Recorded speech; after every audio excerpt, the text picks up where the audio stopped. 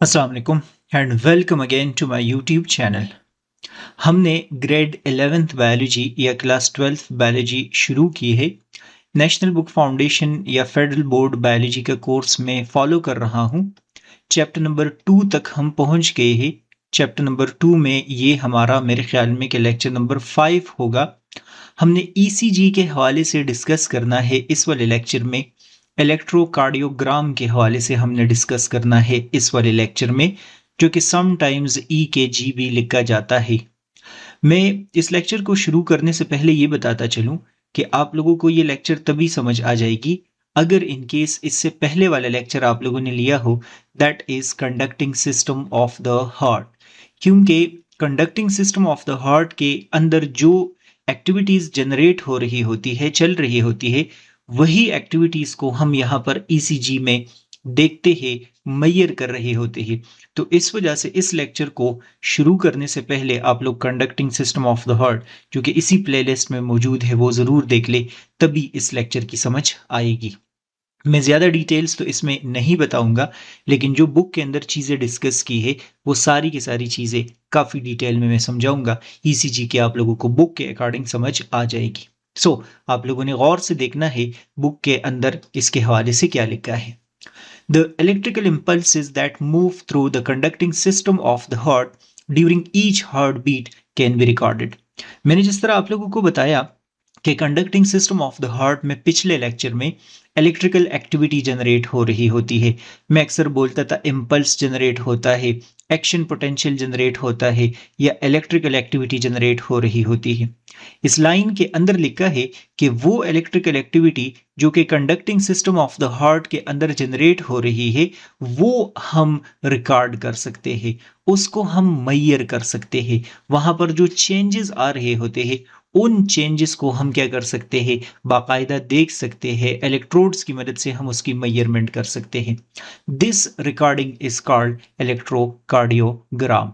तो जब भी हम हार्ट के अंदर या conducting system of the heart में वो इलेक्ट्रिकल एक्टिविटी को मैयर करते हैं, वो हमें एक ग्राफ प्रोवाइड करता है, और इस ग्राफ को हम इलेक्ट्रोकार्डियोग्राम बोलते हैं। अगर इनके हिसाब से कोई पूछता है कि इलेक्ट्रोकार्डियोग्राम क्या चीज़ है, ईसीजी क्या चीज़ है, आपने उनको बताना है कि ये एक ग्राफ है। ये ग्राफ हमारे पास कहाँ से आता है? आप बोलेंगे कि ये हार्ट में जो इलेक्ट्रिकल एक्टिविटी है उसको हमने मैयर करके यहाँ पर सामने डिस्प्ले कर दिया है। An ECG shows the electrical activity of the heart during cardiac cycle. जाहिर सी बात है कि हार्ट कॉन्ट्रैक्ट हो रहा होता है, रिलैक्स हो रहा होता है, बीट कर रहा होता है। इस पूरे प्रोसेस में वही सिग्नल जनरेट होता है और उसको वहां पर रिकॉर्ड किया जाता है।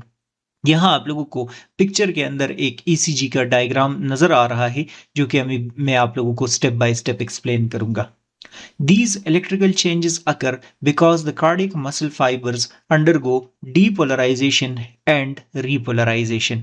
लिखा है कि ये जो वेव्स यहाँ पर अलग अलग नजर आ रहे हैं आपको, ये जो चेंजेस आपको ईसीजी के अंदर अलग अलग नजर आ रहे हैं, ये असल में इस वजह से है क्योंकि जो कार्डियक मसल सेल्स है, जो हार्ट के सेल्स है, जो हार्ट के मसल्स के सेल्स है, उनमें डीपोलराइजेशन और रीपोलराइजेशन का प्रोसेस हो रहा है। अगर इनकेस डीपोलराइजेशन एंड रीपोलराइजेशन की समझ नहीं आ रही, फिलहाल के लिए बस इनको आप लोग सरसरी अंडरस्टैंड कर ले। जब न्यूरॉन्स वाले चैप्टर आप लोग डिस्कस करेंगे, नर्व इम्पल्स आप लोग डिस्कस करेंगे, तो डीपोलराइजेशन एंड रीपोलराइजेशन की काफ़ी ज़्यादा डिटेल में समझ आ जाएगी। लेकिन इसका जो जनरल मीनिंग है वो मैं यहाँ पर बता देता हूँ। Depolarization means electrical activation of heart muscles that lead to contraction। तो फिलहाल के लिए आप लोग ये समझे कि जब भी हम डीपोलराइजेशन लफ्ज यूज करेंगे तो इसका मतलब हो गया कि हार्ट का कोई चैम्बर क्या कर रहा है, वो कॉन्ट्रैक्ट हो रहा है, या दूसरे अल्फाज में आप लोग डिस्कस करेंगे कि इलेक्ट्रिकल एक्टिविटी वहां पर जनरेट हो रही है। While repolarization mean return of the muscles to their resting electrical state after contraction. और रीपोलराइजेशन का जो आप लोग मतलब लेंगे वो आसान अल्फाज में आप लोग रिलैक्सेशन लेंगे। सो डीपोलराइजेशन का मतलब होगा कॉन्ट्रैक्शन, रीपोलराइजेशन का मतलब होगा रिलैक्सेशन। डीपोलराइजेशन का मतलब होगा इलेक्ट्रिकल एक्टिविटी का जनरेट होना, रीपोलराइजेशन का मतलब होगा इलेक्ट्रिकल एक्टिविटी का कम होना, और आप समझे हार्ट का वापस रेस्ट स्टेट में क्या करना, आना। ये बहुत जनरल मीनिंग्स में आप लोगों को बता रहा हूं। These electrical changes spread through the body and can be detected on the surface of skin using a machine called electrocardiograph. ये जो हार्ट मसल्स में या conducting system of the heart में ये जो डीपोलराइजेशन और रीपोलराइजेशन हो रहा है, जो इलेक्ट्रिकल इम्पल्सेस या एक्टिविटी हो रही है, लिखा है कि हम इसको मैयर कर सकते हैं, डिटेक्ट कर सकते हैं एक इंस्ट्रूमेंट की मदद से। उस इंस्ट्रूमेंट को हम इलेक्ट्रोकार्डियोग्राफ बोलते हैं। सो याद रखना है आप लोगों ने कि इंस्ट्रूमेंट या मशीन का नाम इलेक्ट्रोकार्डियोग्राफ है, और जो हमारे पास ग्राफ आता है उसका नाम है इलेक्ट्रोकार्डियोग्राम। ये इंस्ट्रूमेंट हमारे लिए इन सारे एक्टिविटीज को कैसे मैयर करता है, स्किन के ऊपर हमें क्या करना पड़ेगा, कुछ इलेक्ट्रोड्स लगाने पड़ेंगे, और वो सारी की सारी एक्टिविटी को क्या कर देगा, मैयर कर देगा। Electrodes are placed on skin and the machine record electrical signals produced by the heart. हम क्या करेंगे, इलेक्ट्रोकार्डियोग्राफ के साथ जितने भी इलेक्ट्रोड्स होते हैं वो उठाएंगे, वो अपने स्किन के ऊपर अटैच करेंगे, और जितनी भी इलेक्ट्रिकल एक्टिविटी हार्ट में जनरेट हो रही है वो क्या करना शुरू कर देगा, वो उसको मैयर करना शुरू कर देगा। आगे डिस्कस किया है कि the ECG tracing show several wave patterns and each wave represent a specific event in cardiac cycle. ये तो आसान सा सेंटेंस है। सो ये जो जितना भी मैंने अभी आप लोगों को फ्यू लाइन समझाई है, ये इंट्रोडक्शन था। ये पूरे इंट्रोडक्शन में अभी 1 मिनट में समराइज कर देता हूं, और जो रिमेनिंग डिस्कशन है वो पेपर के लिए अब इंपॉर्टेंट है, तो उसको शुरू करने से पहले आप लोगों ने इसको गौर से सुनना है। सबसे पहला पॉइंट मैंने आप लोगों को यह बताया है कि हमारा जो हार्ट है उसके अंदर एक सिस्टम मौजूद है, उसको बोलते हैं conducting system of the heart. Conducting system of the heart आप डिस्कस करेंगे कि हमेशा एक ऐसा स्ट्रक्चर है जहां पर इलेक्ट्रिकल इंपल्सेस जनरेट होते हैं।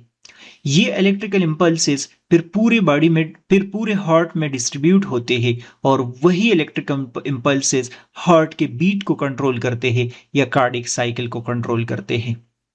इलेक्ट्रिकल इंपल्सेस की जगह अगर मैं डीपोलराइजेशन एंड रीपोलराइजेशन बोलूंगा तो कोई मसला नहीं है। मैं बोलूंगा कि हार्ट में डीपोलराइजेशन हो रहा होता है, रीपोलराइजेशन हो रहा होता है, और उसका बीट कंट्रोल हो रहा होता है। ये जो डीपोलराइजेशन एंड रीपोलराइजेशन या इलेक्ट्रिकल एक्टिविटी है, इसको हम अपने स्किन की मदद से डिटेक्ट कर सकते हैं। उसके लिए हमें कुछ इलेक्ट्रोड्स उठाने पड़ेंगे, अपने स्किन के साथ वो अटैच करने पड़ेंगे।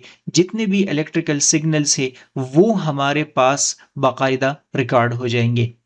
ऐसे इंस्ट्रूमेंट या मशीन को जो कि इन इलेक्ट्रिकल एक्टिविटीज को मैयर कर रहा होता है, इसको हम बोलते हैं इलेक्ट्रोकार्डियोग्राफ। और ये मशीन हमें रिजल्ट देता है बाकायदा एक ग्राफ के फॉर्म में। उस ग्राफ को हम बोलते हैं इलेक्ट्रोकार्डियोग्राम, या हम उसको बोलते हैं ईसीजी। इस ईसीजी या इलेक्ट्रोकार्डियोग्राम को हम देखते हैं तो इसके अंदर डिफरेंट बाकायदा वेव्स मौजूद होते हैं, जिस तरह आप लोगों को यहाँ पर नजर आ रहे हैं, और हर एक वेव का अपना एक मीनिंग है। ये कार्डियक साइकिल के अंदर एक एक स्टेज को बता रहा है कि यहाँ पर कौन सा अकर हो रहा है, यहाँ पर कौन सा स्टेप अकर हो रहा है, and so on. The main waves seen on an ECG are P wave, Q R S complex and D wave. यहां पर जो आप लोग नोटिस कर रहे हैं वेव्स डिफरेंट जो नजर आ रहे हैं, उसमें से 3 मोस्ट इंपॉर्टेंट वेव्स है, जिसमें से एक को हम पी वेव बोलते हैं, दूसरे को क्यू आर एस कॉम्प्लेक्स बोलते हैं, तीसरे को हम टी वेव बोलते हैं। पी का क्यू कोई मतलब नहीं है, क्यू आर एस का भी कोई मतलब नहीं है, टी वेव का भी कोई मतलब नहीं है। ये रैंडम यहां पर नाम दिए गए हैं। सो अगर आप लोग इस डायग्राम में नोटिस करेंगे ग्राफ में, सो ये वाला जो आपको नजर आ रहा है ये पी वेव है। इसके बाद आप लोगों को ये शेप नजर आ रहा है, ये क्यू वेव है। यहाँ पर जो आप लोग ऊपर देख रहे हैं ये आर वेव है। नीचे में आऊंगा तो ये वाला एस वेव है। इन तीनों को कंबाइन मिला के हम बोलते हैं क्यू आर एस कॉम्प्लेक्स। और ये जो आपको नजर आ रहा है इसको हम टी वेव बोलते हैं। सो ये पी वेव, ये क्यू आर एस कॉम्प्लेक्स और ये टी वेव, ये सबसे ज्यादा जरूरी है ईसीजी के अंदर हमें समझना इसको। The P wave is produced when the atria are depolarised. So अब यहां से डिस्कशन बहुत ज्यादा जरूरी हो गई है। एमसीक्यूज के लिए आप लोगों ने याद रखना है कि पी वेव का क्या मतलब होगा। इसका मतलब होगा कि एट्रिया कॉन्ट्रैक्ट हो रहे हैं, एट्रिया के अंदर डीपोलराइजेशन का प्रोसेस शुरू हो गया है। मैंने जिस तरह आप लोगों को वहां पर बताया था कि डीपोलराइजेशन का मतलब कि इलेक्ट्रिकल एक्टिविटी वहां पर शुरू हो गई है, दूसरे अल्फाज में कॉन्ट्रैक्शन गाज हो गया है। सो पी वेव जब भी ईसीजी में नॉर्मल हो तो इसका मतलब हो गया कि डीपोलराइजेशन ऑफ एट्रिया हो रहा है, या दूसरे अल्फाज में एट्रिया कॉन्ट्रैक्ट हो रहे हैं। This depolarisation begins in the sinoatrial node or S A node and spread across the atria. ये जो पी वेव है ये असल में अगर देखा जाए तो ये इलेक्ट्रिकल एक्टिविटी के इनिशिएट होने का हमें बता रहा है कि हाँ वाकई हार्ट में इलेक्ट्रिकल एक्टिविटी इनिशिएट हो गई है।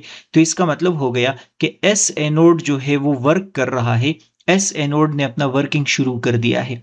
अब चूंकि एस एनोड एट्रिया के अंदर मौजूद होता है तो इसी वजह से पी वेव या तो शो कर रहा होता है एट्रिया के डीपोलराइजेशन को, या आप लोग बोले कि पी वेव रिप्रेजेंट कर रहा होता है एस एनोड के वर्किंग को। एक ही बात है क्योंकि ये दोनों के दोनों एक ही रीजन में क्या होते हैं, मौजूद होते हैं। बस आप लोगों को एमसीक्यूज के लिए सीधे सीधे पता होना चाहिए कि पी वेव क्या होता है, ये एट्रिया के डीपोलराइजेशन को या साइनो एट्रियल नोड के अंदर इलेक्ट्रिकल एक्टिविटी को क्या कर रहा होता है, शो कर रहा होता है। This electrical events occur just before atria contract. So चूंकि पी वेव अकर हो गया, इलेक्ट्रिकल एक्टिविटी यहां पर शुरू हो गई, तो अब एट्रिया क्या होंगे, कॉन्ट्रैक्ट हो जाएंगे। इसका मतलब हो गया कि पी वेव अगर नॉर्मल है तो इसका मतलब दोनों के दोनों एट्रिया क्या होंगे, वो नॉर्मल होंगे। और अगर आप लोगों को ईसीजी में नहीं पता कि पी वेव कौन सा है, तो ये जो स्ट्रक्चर मैं ड्रा कर रहा हूं ए से जो अपवर्ड डिफ्लेक्शन है, इसको हम क्या नाम देते हैं, इसको हम पी वेव नाम देते हैं। During the appearance of P wave, the ventricles are in diastole, meaning they are relaxed and filling with blood. अब चूंकि आप लोग डिस्कस करते हैं कि ये हमारा हार्ट है और ये आप लोग कंसिडर कर ले दोनों के दोनों एट्रिया है, ये दोनों के दोनों आप लोग कंसिडर कर ले वेंट्रिकल्स है। तो जब ये वाला पार्ट क्या हो रहा होता है, कॉन्ट्रैक्ट हो रहा होता है, तो आप लोग डिस्कस करते हैं कि दोनों के दोनों वेंट्रिकल रिलैक्स स्टेट में होते हैं। इसका मतलब जब भी एट्रिया कॉन्ट्रैक्ट होंगे तो वेंट्रिकल्स दोनों क्या होते हैं, रिलैक्स होंगे। यही बात यहां कर रहे हैं कि जब भी पी वेव आता है या जब भी एस एनोड में डीपोलराइजेशन काज होता है तो वेंट्रिकल्स रिलैक्स होते हैं, वेंट्रिकल्स क्या होते हैं, वो डायस्टोल में होते हैं। ये बात आसान सी है। आगे डिस्कस किया है कि after the P wave there is a short time called the P R interval.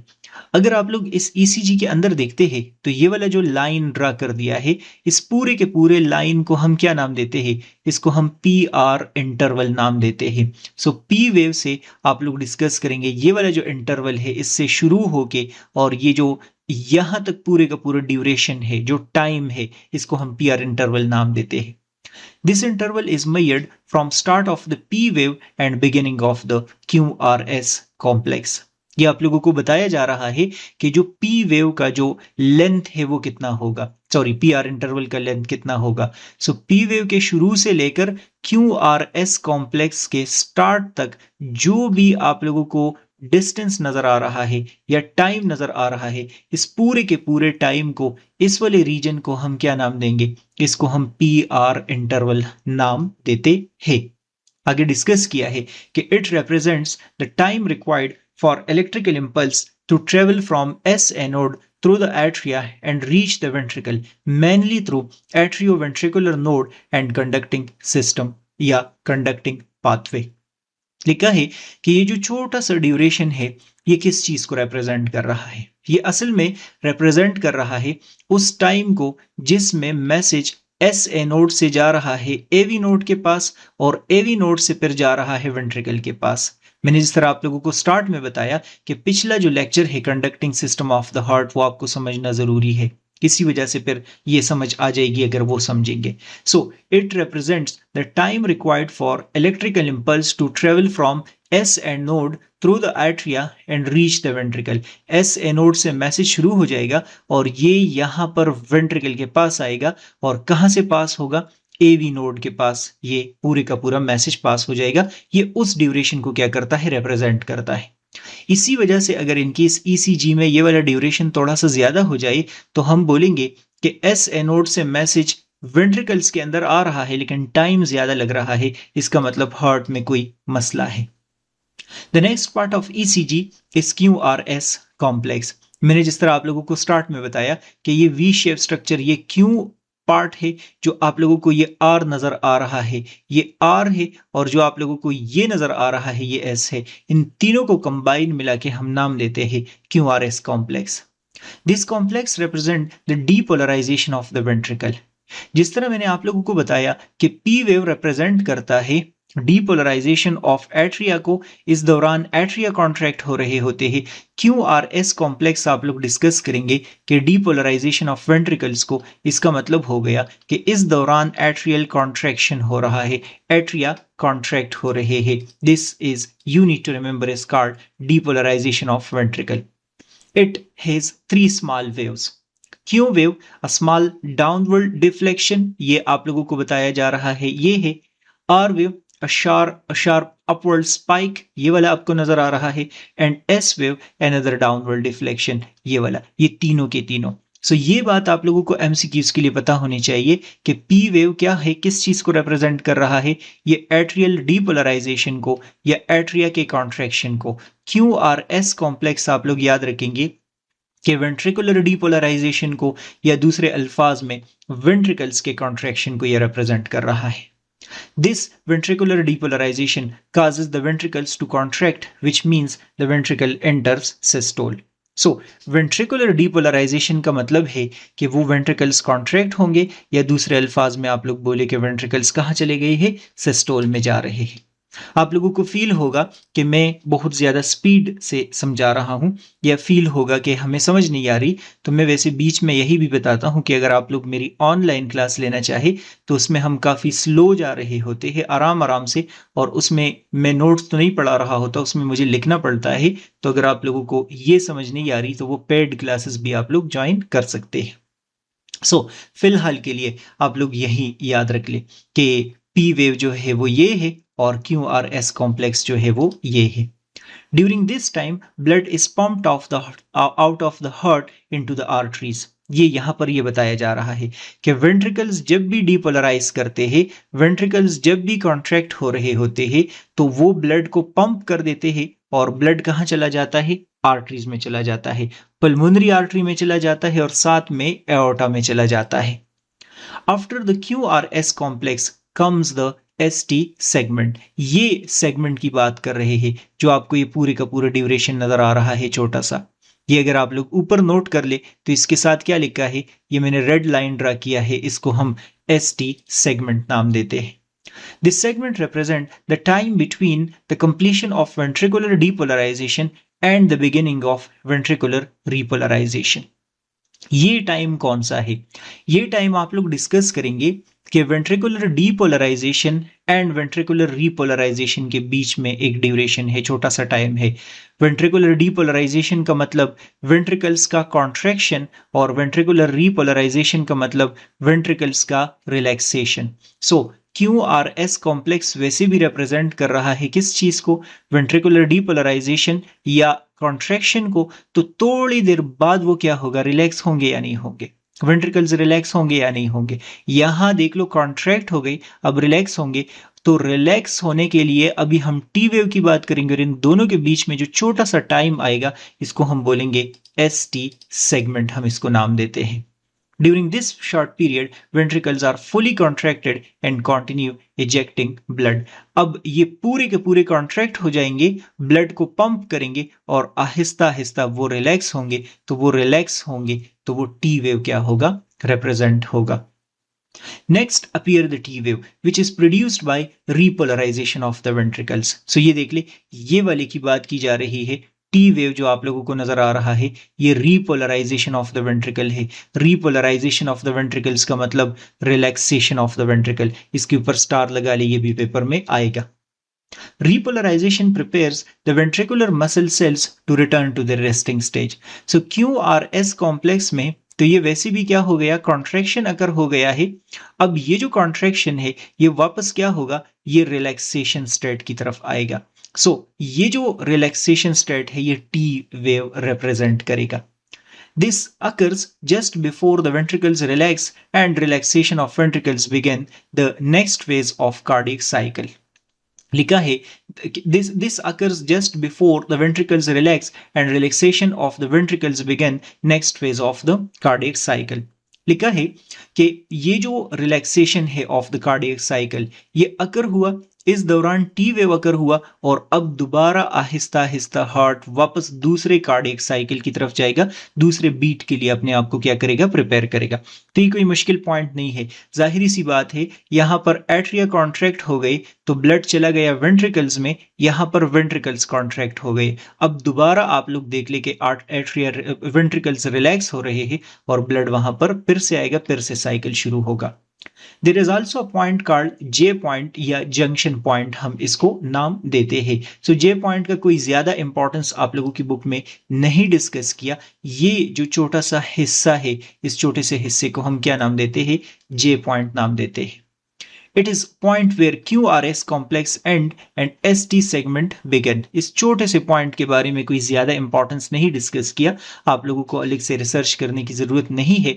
Exam के लिए आप बोलेंगे कि इसको हम क्या नाम देते हैं, जे पॉइंट नाम देते हैं, QRS और ST सेगमेंट के बीच में है. In normal ECG pattern shows that the electrical activity of heart is occurring in correct order.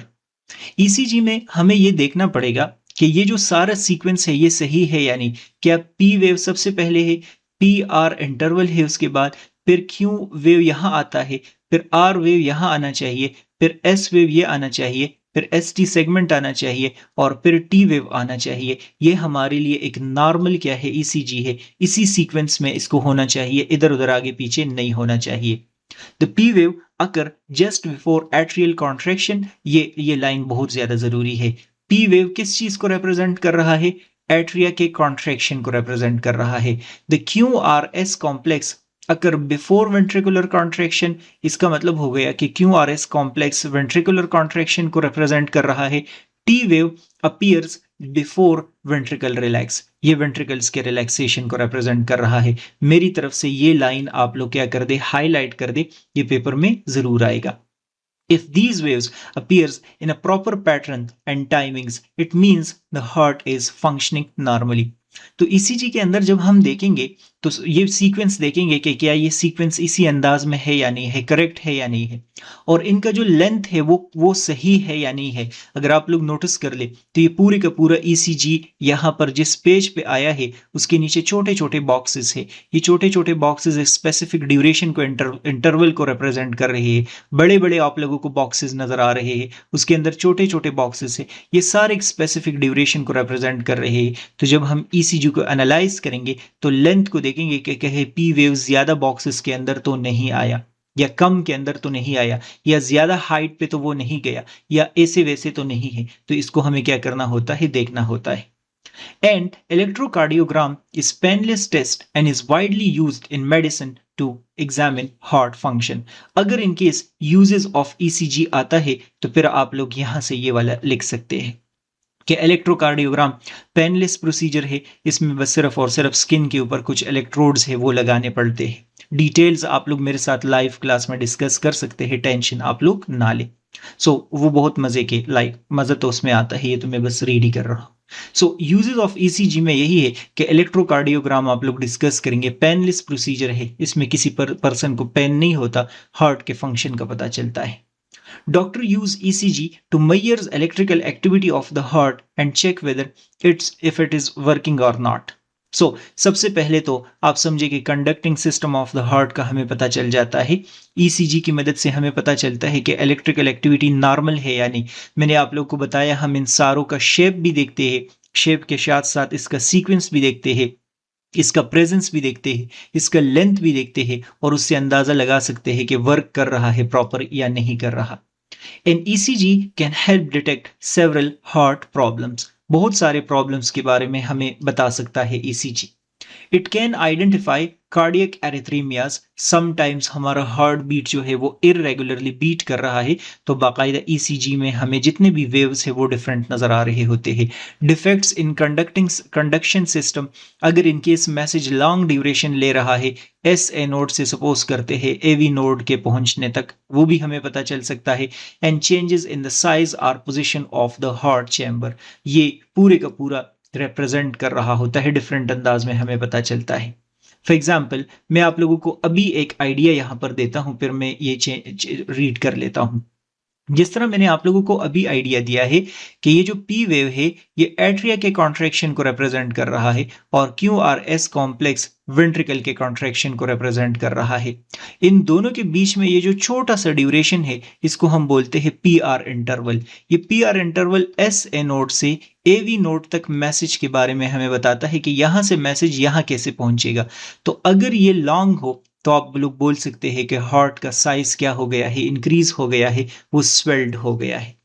It can also show damage to heart muscles, reduce blood flow to the heart muscles and effect of heart medicines. So ये different तरीकों से हम फिर interpretation कर रहे होते हैं कि क्या हार्ट मसल्स इनलार्ज तो नहीं हुए, क्या मायोकार्डियल इन्फॉक्शन तो नहीं हुआ, हार्ट के मसल्स की डेथ तो नहीं हुई, क्या जो कोरोनरी आर्टरी वगैरह है वो ब्लॉक तो नहीं है, एंड सो ऑन। ये डिफरेंट रीजन्स की मदद से हमें पता चलेगा। In addition, ECG is useful for checking whether an artificial cardiac pacemaker is working properly या not. So, एस एनोड अगर इनकेस किसी का डैमेज हुआ हो तो हम क्या करते हैं, आर्टिफिशियल पेसमेकर लगाते हैं। आप लोग बोले कि एक डिवाइस उनके चेस्ट के साथ अटैच करते हैं जो हार्ट के बीट को कंट्रोल करता है, तो उसके वर्किंग को समझने के लिए भी हमें क्या करना पड़ता है, ईसीजी बार बार करना पड़ता है। Because of these uses ECG is one of the most important and commonly use test in activity and so on. So बहुत ही सिंपल से कंसेप्ट से, लेकिन मुझे बुक से रीड करने में इतना ज़्यादा मज़ा नहीं आ रहा, लेकिन फिर भी चलो कुछ न कुछ गुजारा हो जाएगा। और मैंने आप बार बार मैं इनवाइट कर रहा हूँ, मेरी पेड क्लासेस आप लोग ले सकते हैं। उसमें बस मेरे सामने एक स्क्रीन होगा और उस स्क्रीन पे हमें अपनी मर्जी से जो है वो चीज़ें आप लोगों को समझाऊंगा, उसमें हम लिख रहे होते हैं। सपोज करते हैं फॉर वाइल ईसीजी क्या है, तो मैं डिस्कस करूंगा कि ये एक ग्राफ है, ये ग्राफ हमारे पास कहाँ से आता है, मैं डिस्कस करूंगा कि ये हमारे पास इलेक्ट्रोकार्डियोग्राफ की मदद से आता है। ये किस चीज़ को मैयर करता है, तो उसमें मेरे साथ साथ आप लोग लिखेंगे। बाकी आप लोग की अपनी मर्जी। बाकी आप लोगों को अगर इनकेस कुछ समझ आ रही है, लाइक सब्सक्राइब शेयर ज़रूर कर ले मेरे चैनल का अपने फ्रेंड्स के साथ, और नेक्स्ट वीडियो लेक्चर भी देख ले। गुड बाय, अल्लाह हाफिज़।